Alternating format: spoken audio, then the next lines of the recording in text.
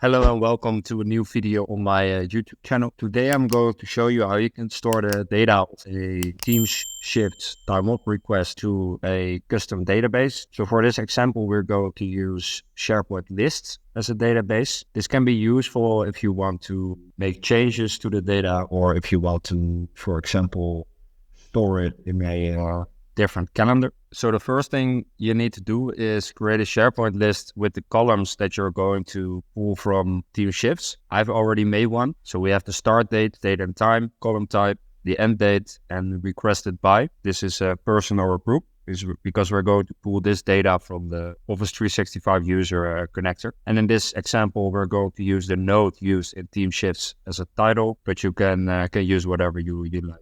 So let's start making our flow. And for this example, we're going to need a automated flow because the trigger when a item is created in team shift will be a automatic trigger.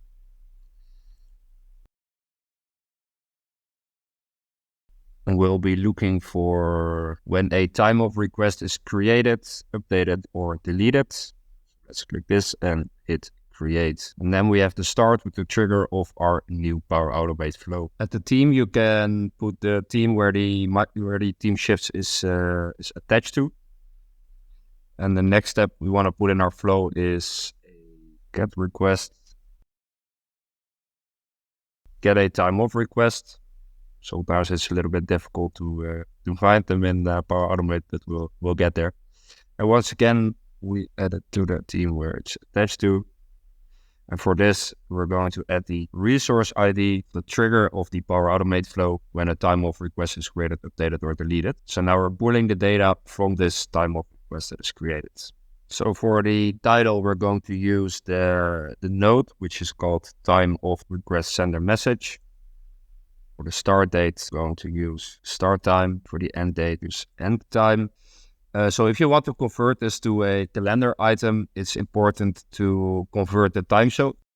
If you guys are interested in this, I will make a video later on. And then we have to request it by claims. Because of this is not the same data type as the requester inside of team shifts, we need to convert this. Because we're going to want to pull the Office user. So first we need to convert the data from team shifts to a Office 365 user. And to do so, we're going to use the get user profile, currently v2 action. All right. And we need to pull the user UPN principal name, and that will be the time of request sender ID.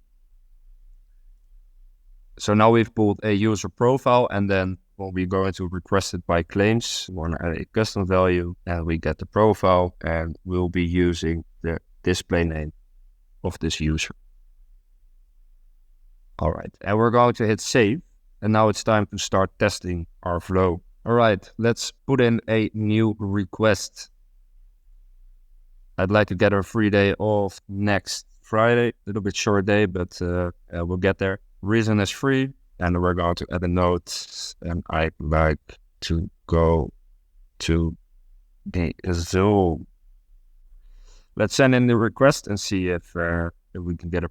So this is also a step you can add, for example, the status. So currently it's pending. You can add that as well in SharePoint. Just create a column in SharePoint and add the dynamic data from the team shifts inside of that column. It's the same data type, so you can just add regular text as a data type. So, and when we go back to our SharePoint, you won't believe it, but we got our new records right here in our database. And as you can see, it put the Office 365 user as the requested by.